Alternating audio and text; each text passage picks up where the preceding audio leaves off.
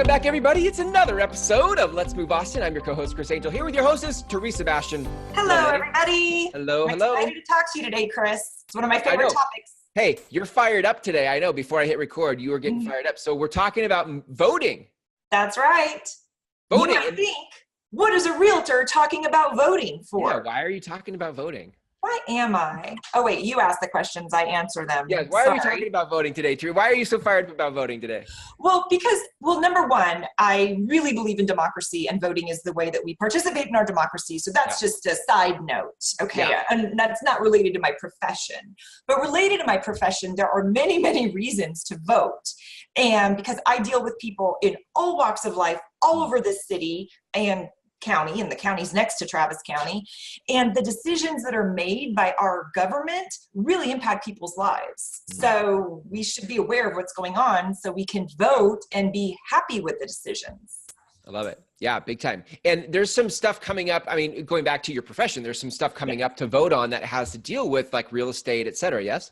There is. I wanted to talk specifically about the City of Austin bond package that is being put forward. There hasn't been a lot in the media yet about it. I think because this is a national midterm election, there's a lot of attention on, the blue wave, or are we going to overturn Trump? That's all kind of aside. Those are big decisions. But what I want to talk about is what really impacts on a local level. Locally. Things that I think my general viewership and the people in my life are going to be more impacted from. So the bond gives millions of dollars. It sounds like a crazy big amount, but Austin is a growing big city. Right. Yeah. So it gives millions to public safety, flood mitigation, libraries, cultural centers, parks, and not sexy, but so needed, transportation infrastructure. Yeah, no kidding. No, I know that freeway. Whew. Yeah. So what stands out about that to you? What do you want to know more about?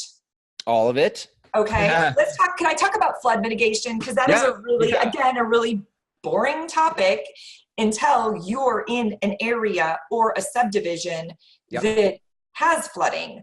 Right. Or, if you've lived in Austin or followed the news, you know that over the last 6 years, the Onion Creek watershed has flooded multiple times. Yeah. And I've seen people from, high-end homes in a golf course where I play tennis.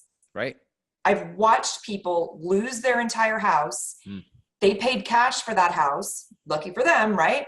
They didn't buy flood insurance. They didn't have to because there was no lender involved. They've literally lost their homes and most of their possessions. Yeah, good point. Okay. Yeah, I didn't think about that.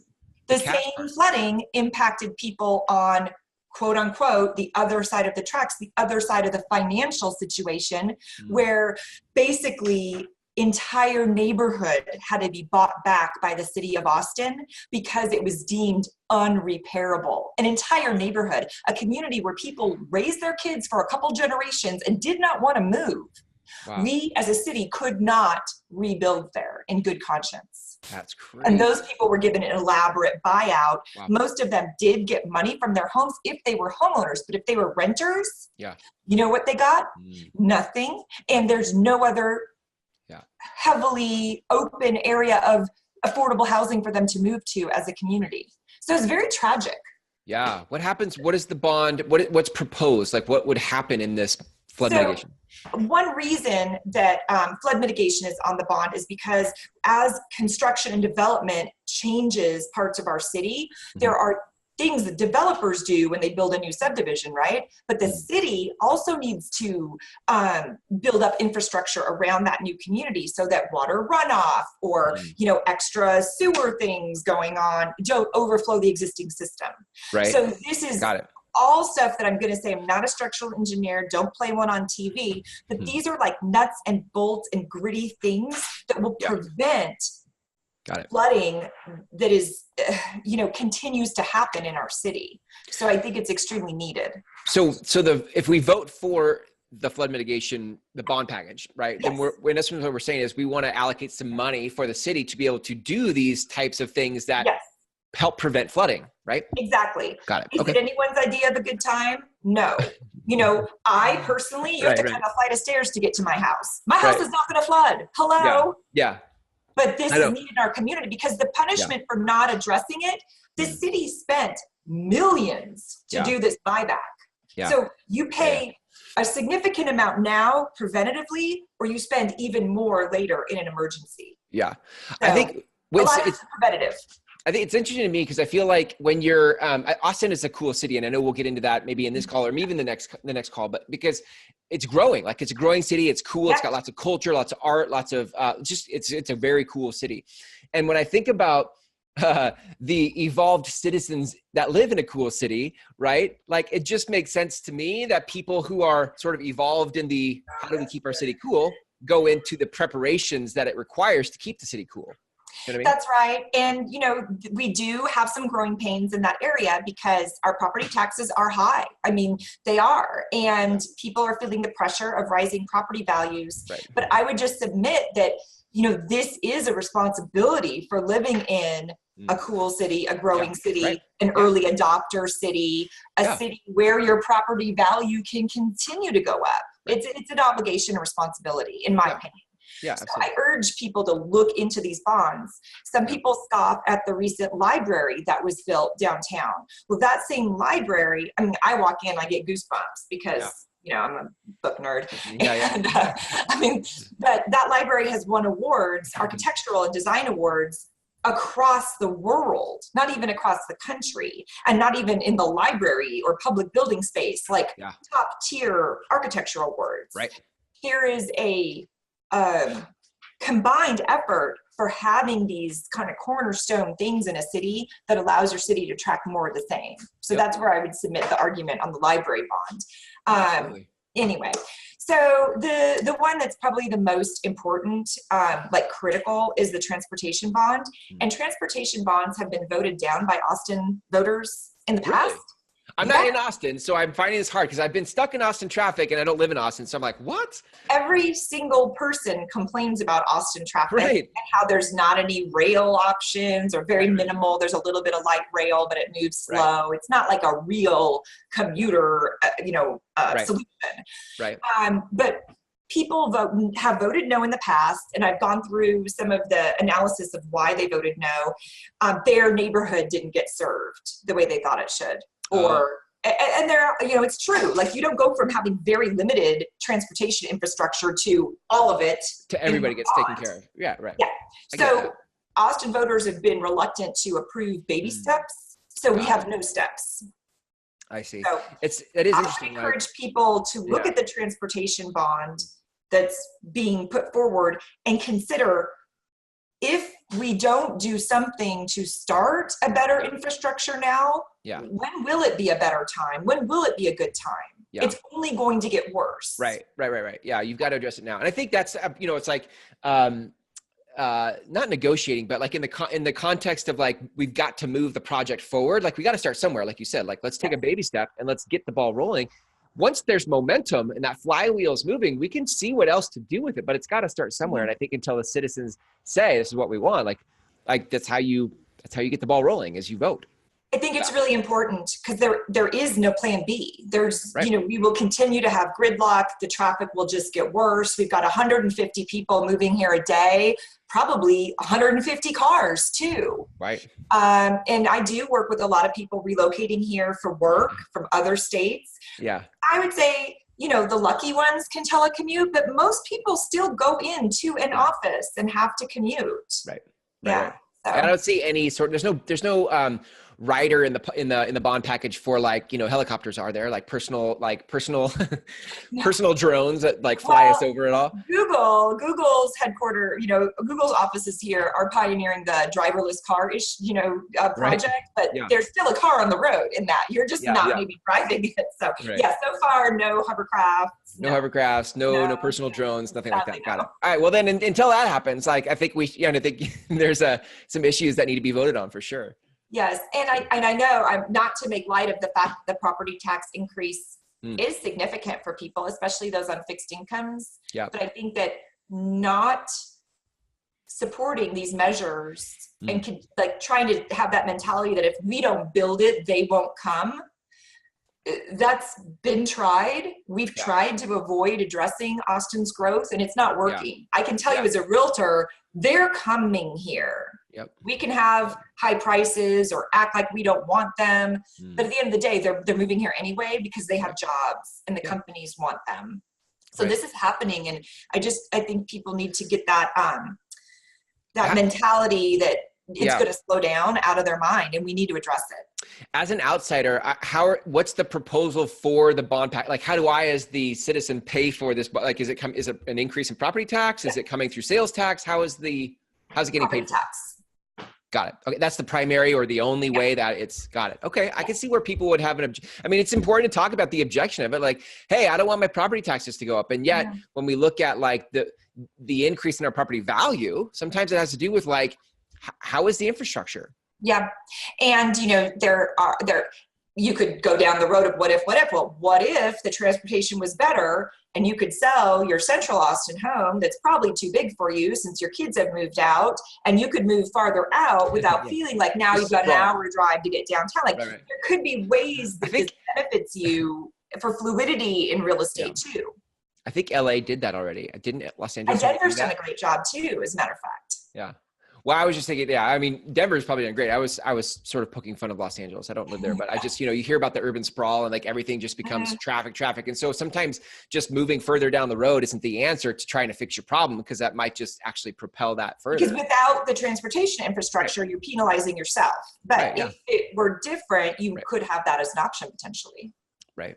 Absolutely. Good. What else should we know? Anything else that you want to? Also, there's a city council race on the ballot, and I'm not going to go into detail on that because you might be in all different parts of the city. We do have district level voting for city council. Also, Austin School Board has a trustee at large that will be elected, and there are 3 candidates. I really encourage you to look at the differences between them. Only one has been a teacher. Only one has, in my opinion, kids in school. But those are, again, they're not sexy campaigns. They don't get the national press, but they really impact our day-to-day lives and our kids' day-to-day lives. Here's a question I want to ask, right? Because for those that are already planning to vote and they've already got in their calendar the votes for dating and all that, there are those who I suppose we're really talking to are those that are on the fence about voting or may not vote, right? So may I tell you something? Yeah. No matter what your impression is of whether, a lot of people think, well, Texas is a Republican state and Austin's the blue dot. Yeah. Have you ever heard that saying? No, but I get that. Yeah. In reality, Texas is a non-voting state. Did you know, Chris, that 90% of Texans don't vote? No, what? Really? Yeah. So if we don't get out and vote, then other people are deciding this election. Sorry, on my computer started going crazy. That's okay. So they want to chime in. We're letting a small percentage of people determine the outcome. Right. So I kind of want to encourage all people to vote. Yeah. So this is the follow-up question on that, because when I look at voter ballots with like candidates on for whatever, it's like, what do I look for? Like, how do I decide? Because sometimes I'm like, I'm reading, I'm like, how do I know? Well, which person to vote for? This is the very best research that I'm aware of. And actually, because we are in different states, I can recommend it to you too, because they're nationwide. The League of Women Voters is a they're not affiliated with a political party. They're an objective group. They have a lot of screening. They'll come out with like a sample ballot with detailed recommendations of the candidates. You can make your own decision. You could bring that into the ballot box with you. You can't bring your phone into the voting booth. You can't bring your phone in, but you can bring a paper that is your cheat sheet. Got it. So I would recommend what's it called again? What's the resource? What's the resource called? League of Women Voters. League of Women Voters. Got it. We just Google and that. There should be one in every state. Got it. Good. Yeah, I think that's always one of the things you're like, I could vote, but I don't know, like the ballot didn't give me enough information that I understand in order to make a decision. So then it's easy just to abstain from picking one, right? Well, yeah, and I'll refrain from saying, you can just ask me if you live in Austin, I'll tell you. Because I do think I will, but I think it's good to educate yourself so that you feel confident. But that would be a good resource. And if anyone local wants me to email you or maybe we can put it in the show notes, Chris. I can put the link to the Austin League of Women Voters. Do that, yeah. Okay. I think as much, I think it's sometimes we just want a person we trust or a person we know to just give us their perspective. And it sounds like you're open to giving that if somebody wanted it. They're like, what do you think? I do I'm pretty involved. I enjoy it. And I know it's not everybody's cup of tea, but I mean, I'm happy to share what I think, and y'all can vote the way you want. I'll never know. Yeah. Perfect. So a couple of things. I want in a second, I want you to give contact information where people can reach out to you for that type of input, but also before that, dates. I know there are dates coming up. You had like a series of dates. There are. Here's a big one. And this is another real estate related. I went and did the training to become a voter registrar. So if you need to register to vote, or you've moved, so you need to be registered at your new address, you can contact me and I will come to you, come to your lunch break, come to a coffee shop, maybe have a beer. I'll register you to vote, and it's done. So the last day to register in Texas is October 9th. So we have to have that paperwork done by October 9th, which is just a couple weeks. Yeah, it's coming up. The early voting starts on October 22nd. I do recommend early voting because the lines are very short. And I will have a list of the early voting polling places on our Facebook page at Let's Move Austin. Okay. Perfect. It's not out yet. Okay. And election day is November 2nd. That's a Tuesday. There will likely be very long lines that day. So I would vote early. Is there absentee voting where like something I can mail in? No, not in the state of Texas like they do have where you live. Okay. If you are a college student, you can request a mail ballot, and you can do that at vote.org. Got it. If you are a senior citizen, you can request a mail ballot. And again, vote.org. Perfect. I love it. Great. But that's also a good resource if you want to check and see, like, was I registered? I don't remember. And you're too embarrassed to ask? Vote.org. Okay, good. I love it. So good. I love how civically conscious you are about the community and what happens. How am I going to sell someone a house if I don't care about the community they're buying in? That's good. I like it. I mean, it's a good question. And plus, I'm just a little nerdy. Yeah, I like that too. Maybe a little policy nerd. So if people want to reach out to you, hear maybe some of your voting tips, perspectives, or talk to you about real estate, like what's a great way to reach you? You can call me or text me, 512-297-3442, or Teresa@letsmoveaustin.com. I love it. Teresa, thanks for a great episode on voting. I love it. I feel enlightened. So thank you for opening the horizon of the show a little to accommodate. Thanks, Chris. I think this is important. So good job. Way to bring the important stuff up here. Right Talk on. to you next time. Okay, bye-bye.